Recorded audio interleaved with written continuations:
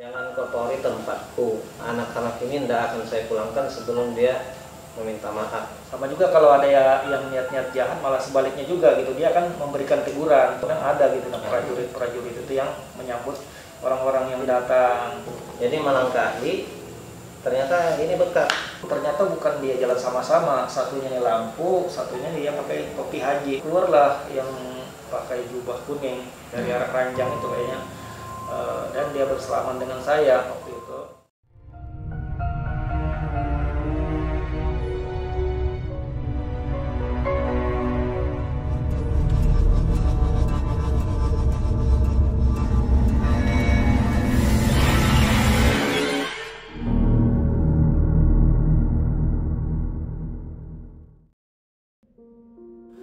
Assalamualaikum warahmatullahi wabarakatuh. Waalaikumsalam.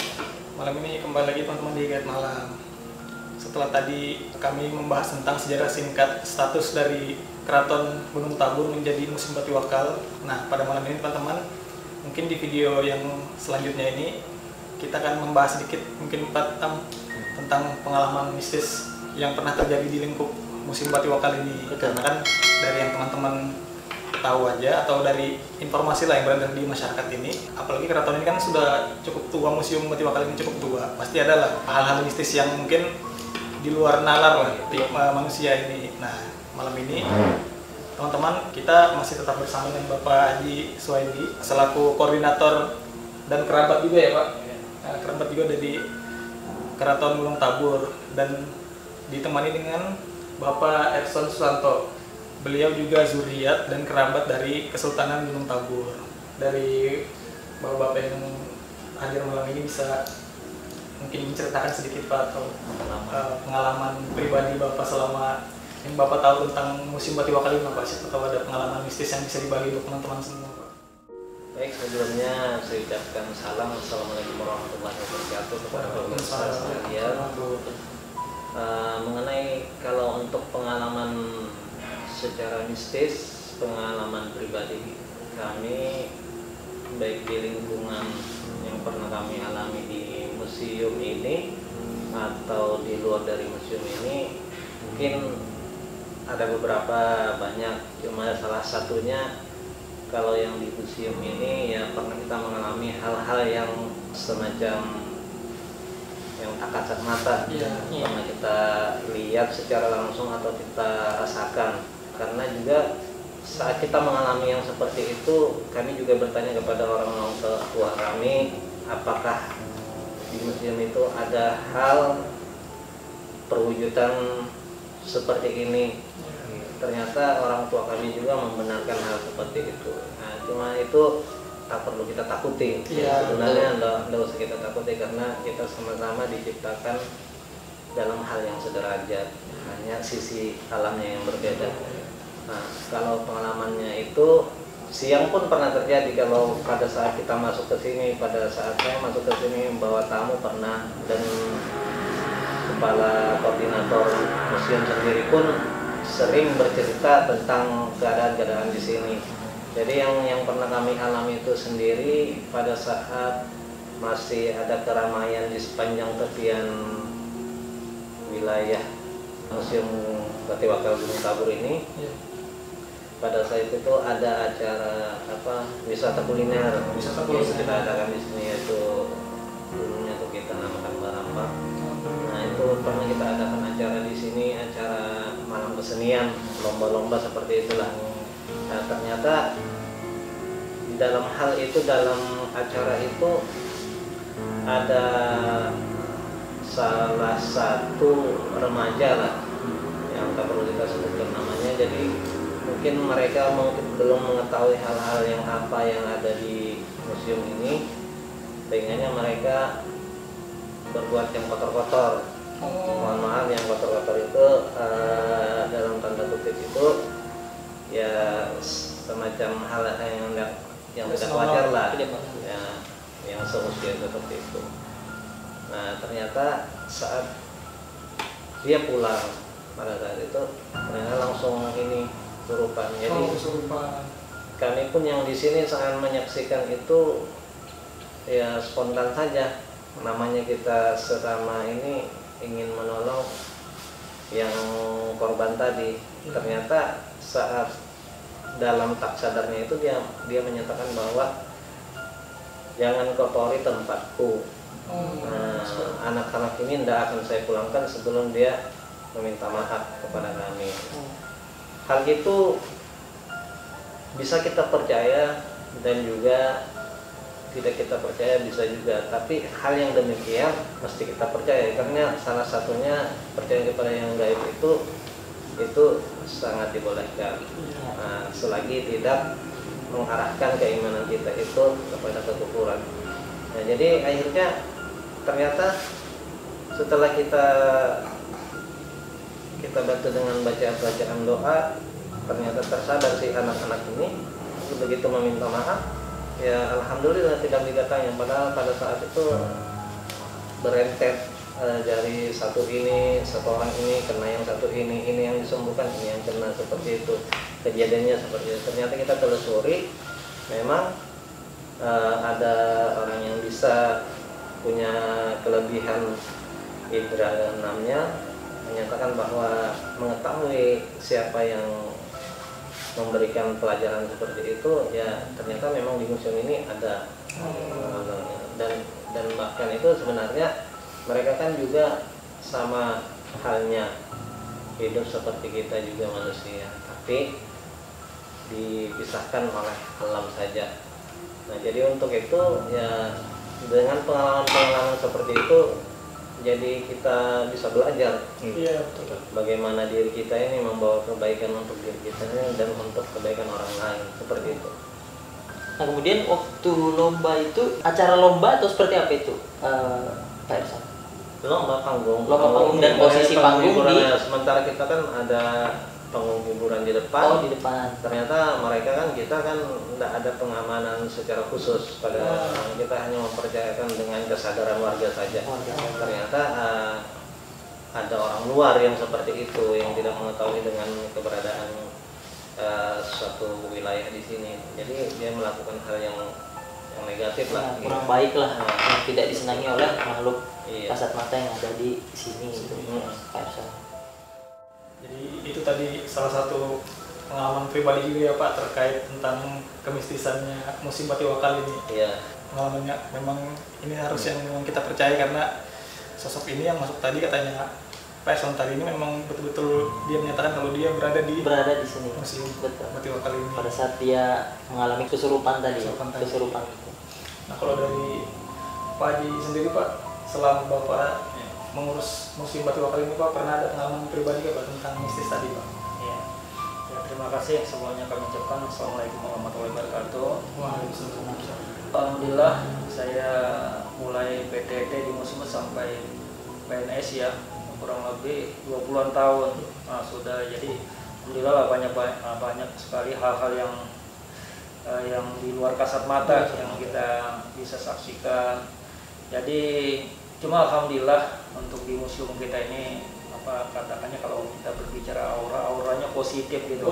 Positif, tidak ada yang dengan tujuan menyakiti atau mencelakakan orang lain, malah kadang dia membantu orang-orang yang disukainya terutama. Sama juga kalau ada yang niat-niat jahat, malah sebaliknya juga gitu, dia akan memberikan teguran. Salah satu contoh model meriam ini kan, kalau zaman dulu itu rentan sekali kalau diduduki. Jadi kalau ada tamu-tamu yang duduki, kami akan memberikan arahan mohon untuk tidak diduduki, seperti itu kan. Karena namanya benda itu ya Allah walam lah, begitu diduduki dia merasa diduduki juga, mungkin boleh jadi seperti itu kan, timbullah kemarahan.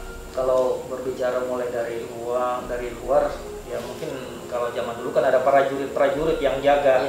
Ya kalau itu bukan saya yang lihat, tapi orang-orang yang pernah datang ke sini menyampaikan bahwa memang ada gitu, prajurit itu yang menyambut orang-orang yang datang.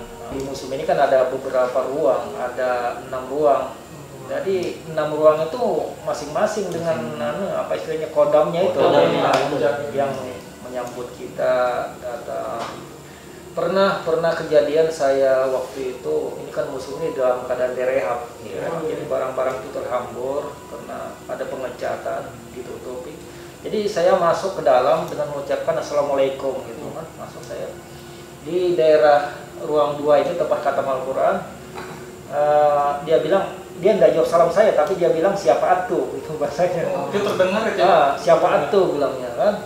Mungkin dia nggak mau menjawab salam saya dulu, dia mau tahu siapa yang datang ini kan. Makanya jawabnya bahasa Berau, siapa atu. Jadi ini jelas mata saya dalam keadaan sadar, jadi pelan-pelan saya jalan. Saya lihat di lemari-lemari siapa ada tahu macet, ternyata nggak ada, satupun nggak ada orang gitu kan. Nah di sana saya yakin ini kayaknya orang Berau ini yang menjawab salam saya tuh. Itu kejadiannya pada malam hari itu, Pak? Siang hari. Oh, siang hari ya, Pak? Hari. Oh, siang hari. Dan itu nyata. Nah, kalau di ruang yang ketiga, itu sampai yang dipercaya oleh Pak Erson tadi, semuanya tinggalnya di situ. Artinya yang kesurupan di sana itu tinggalnya di sana, di ruang tempat melahirkan itu. Kayaknya nenek-nenek lah, mungkin Pak Erson bisa menambah itu kejadian itu.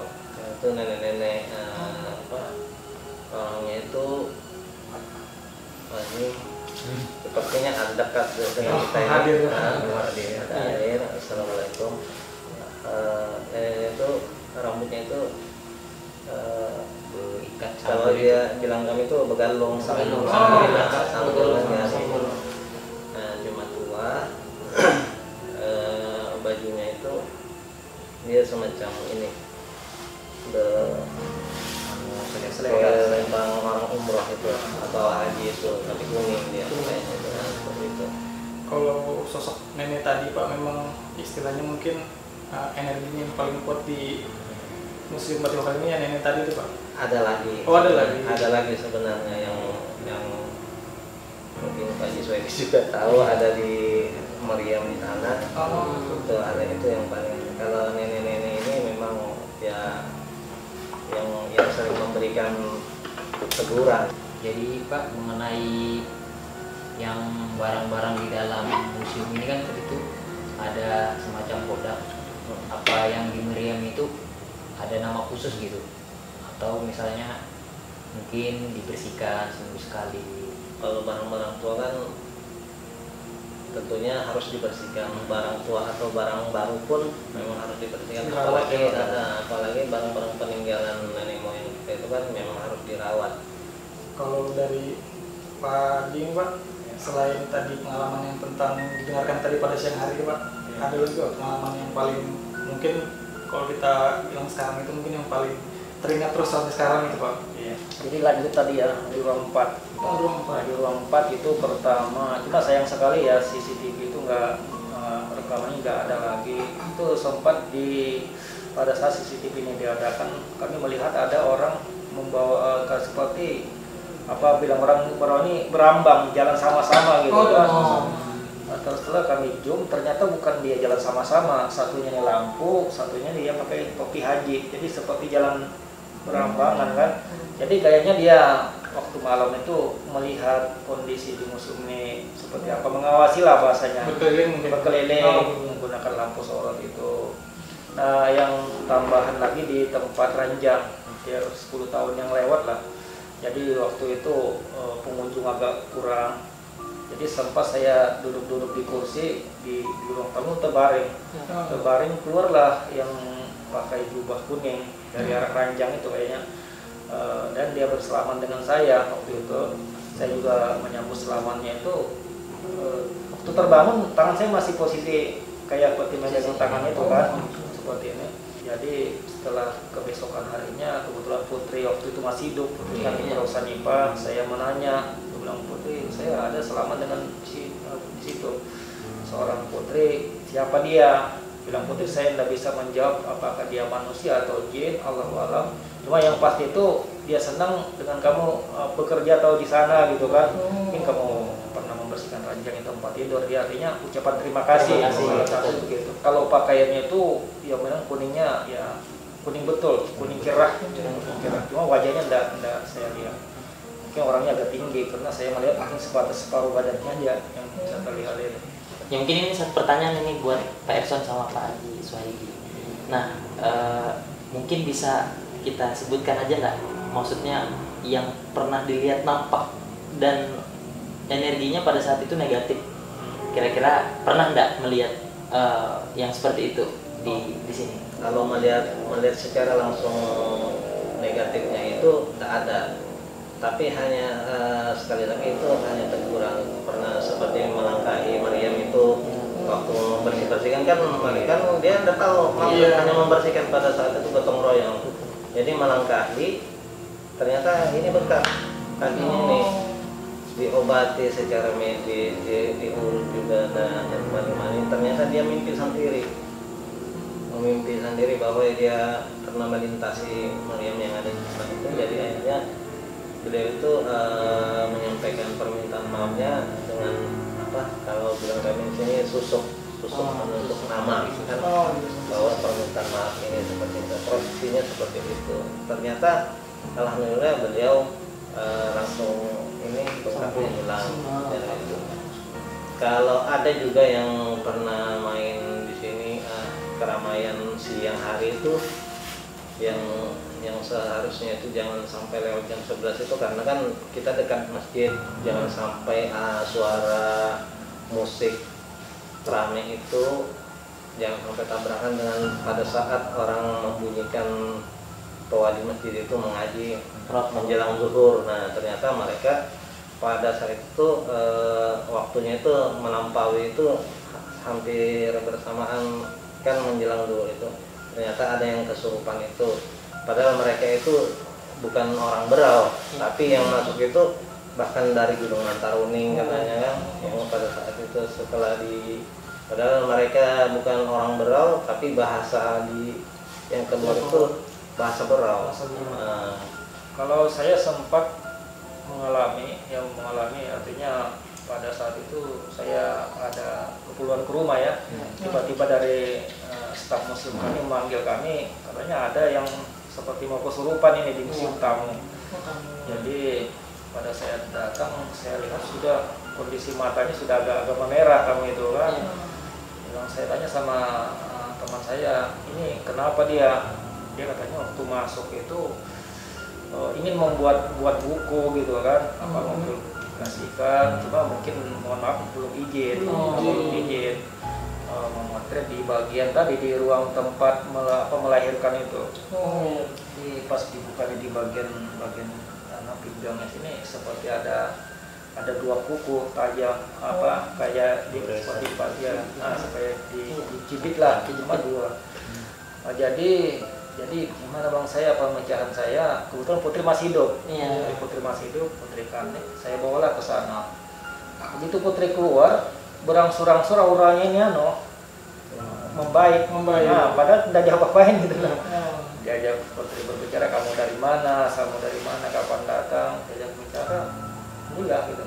Nah itu tadi bukan seperti apa yang sampaikan aura negatif atau apapun, dia hanya sebatas memberikan teguran. Artinya kita ini ada bahasanya, ada tata krama lah. Artinya kalau apapun ingin mempublikasikan dan lain, mohon izin gitu kan. Kalau hanya memotret untuk arsip pribadi tidak masalah. Mungkin dia tahu juga kan, karena orang gaib ini lebih tahu dari kita apa dan tujuannya dia. Artinya dia hanya memberikan teguran supaya hal seperti itu jangan diulang lagi. Ya mungkin tadi teman-teman apa yang dari Bapak Erson dan Pak disampaikan ini sudah cukup jelas tentang pengalaman pribadi mereka mengenai hal mistis yang pernah terjadi di area atau di dalam Museum Batiwakal ini. Jadi dari beliau pesannya mungkin untuk semua itu bukan untuk ditakuti. Jadi sosok-sosok yang ada di area Museum Batiwakal ini mungkin memberikan teguran saja mungkin ya Pak, secara positif untuk tidak melakukan hal-hal mungkin yang negatif di area Museum Batiwakal ini. Mungkin sampai di sini aja teman-teman. Saya Ferdi, Pak Haji dan Pak Erson, serta saya Fadli. Pamit. Kalau ada salah kata mohon dimaafkan. Assalamualaikum warahmatullahi wabarakatuh.